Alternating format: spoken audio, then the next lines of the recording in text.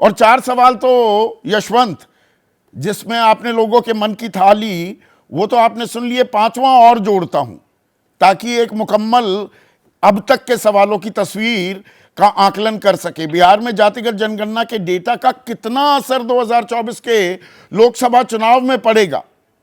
बहुत ज्यादा असर कहने वाले हैं 35%, कुछ हद तक असर 30%, यानी कि 65%, 2/3 लोग कह रहे हैं इसका तो असर होने वाला है। यशवंत? बिल्कुल। और देखिए, होने वाला ये इसलिए भी है क्योंकि हम किस तरीके से भी इसको देखें, अच्छे तरीके से बुरे तरीके से, जातिगत राजनीति ये भारतीय राजनीति का एक अहम हिस्सा हमेशा से रहा है और हमेशा रहेगा, क्योंकि जातिगत तरीके से चीजों को देखना, समझना, ये हमारे भारतीय तरीके के तौर तरीके का एक इंटीग्रेटेड हिस्सा है। और ये कहना कि केवल ये नॉर्थ में ही सीमित है, ऐसा नहीं है।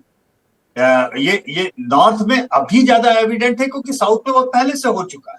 ये आपने जैसे अभी चर्चा में बोला, जितनी जातिगत पार्टियां, मैं दर्शकों को बताना चाहूंगा, तमिलनाडु में है उतनी जातिगत पार्टियां तो बिहार में भी नहीं है। उत्तर प्रदेश को तो है ही नहीं उतनी, एक ही है, मतलब उस तरीके क्या 2 है उस तरीके से।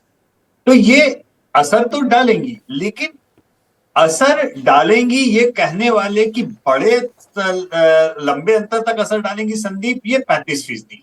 30% ऐसे हैं जो ये मानते हैं कि असर डालेगा, लेकिन कुछ हद तक, जिसको एक मैं क्रिटिकल हिस्सा इसलिए मानता हूं क्योंकि पिछले 30 सालों में, खासतौर पे जब से हमारी इकोनॉमी खुली है संदीप, तब से भारत में जो 1-2% मिडिल क्लास था, आज वो 35% हो गया है।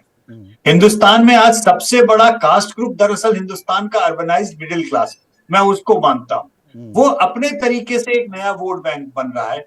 महिलाओं का वोट बैंक अपने तरीके से उभर रहा है, जो जातिगत और धार्मिक दोनों ही, मंडल और कमंडल दोनों के परे जाकर के वोट डाल रहा है। और उन सब के ऊपर एक नया वोट बैंक, जिसे हम फर्स्ट टाइम वोटर कहते हैं संदीप, वो अपना क्रिटिकल तरीके से। और एक बात हम बता दें, ये फर्स्ट टाइम वोटर कोई छोटा नहीं होता है। हाँ। हर इलेक्शन साइकिल में करीब करीब 10% होता है संदीप। हाँ, लोग भूल जाते हैं 10%, यानी 3 इलेक्शन में 15 साल का होते होते 15 साल के गैप में आप लगभग 1/4 से 1/3 तक पूरा मतदाताओं का बेस बदल चुके होते हैं इस देश में।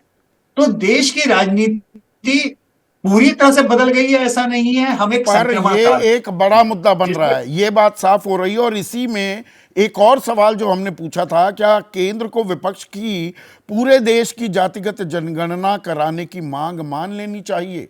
और यहां 49%, लगभग आधे लोग कह रहे हैं कि हां भाई, केंद्र को ये बात मान लेनी चाहिए। तो ये दरअसल बीजेपी के लिए गले की हड्डी बन गई है क्या जातिगत जनगणना? जी रोहिणी आयोग की सिफारिशें हैं, अभी उनके पास काउंटर करने के लिए सामग्री है। देखिए, गले की हड्डी तो इसलिए बन गई है संदीप क्योंकि इतने दिन तक इस चीज को टाला गया। एक स्टैटिस्टिकल एनालिस्ट के नजरिए से तो मैं तो मानता हूं कि जनगणना आंकड़े ये पूरे साफ आने चाहिए, खास तौर पे जब हम इस मुल्क में अफर्मेटिव एक्शन की बात करते हैं, रिजर्वेशन की बात करते हैं और उसकी इतनी हिमायत करते हैं। तो अगर आंकड़े ही सही नहीं होंगे तो हम योजनाएं सही लागू कैसे करेंगे? इसलिए योजनाओं के सही क्रियान्वयन के लिए आंकड़ों का होना तो अवश्यंभावी है, होना ही चाहिए। आंकड़ों के ऊपर की राजनीति जो होनी है और किस लेवल की होनी है, रिजर्वेशन और बढ़ाना है, अब वो एक अलग विवाद है, अलग हिस्सा है, अलग बहस है। नहीं, दरअसल पेंच, जैसा अभय ने भी कहा, विजय ने भी इशारा किया कि भाई हिंदू हिंदू बनकर वोट डालता है या अपनी जाति के आधार पर वोट डालता है। दोनों खेमों की अलग अलग ये रणनीति है। भाई बीजेपी चाहेगी हिंदू बनकर वोट डाले और इंडिया चाहेगा जाति के आधार पर वोट डाले। लड़ाई यहां जा रही है क्या? सीधी सीधी बात। नहीं, बिल्कुल सही है। वो एक कांटे की काट दूसरा कांटा, या लोहे की काट लोहा, जिस तरीके से भी आप देखना चाहें। एक ये हिंदुत्व के अम्ब्रेला पॉलिटिक्स की लड़ाई और जातिवादी समीकरण की लड़ाई, ये एक दूसरे की काट की तरह देखा जा रहा है। मंडल और कमंडल की आइडियोलॉजिकल और पॉलिटिकल प्रोसेसिंग इसी लाइन में। जैसे ही घड़ी का काटा दोपहर 2:30 पे आए, बबीता जी का दिल सास बहू साजिश के लिए मचल जाए।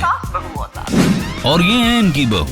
पूरे दिन ऑफिस की टेंशन हो जाए गॉन जब ये करें अपना फेवरेट शो फ्री टाइम पे ऑन। इनकी तरह आप भी देखें अपना फेवरेट शो अपने टाइम पर और डाउनलोड कीजिए एबीपी लाइव ऐप अपने स्मार्ट टीवी पर।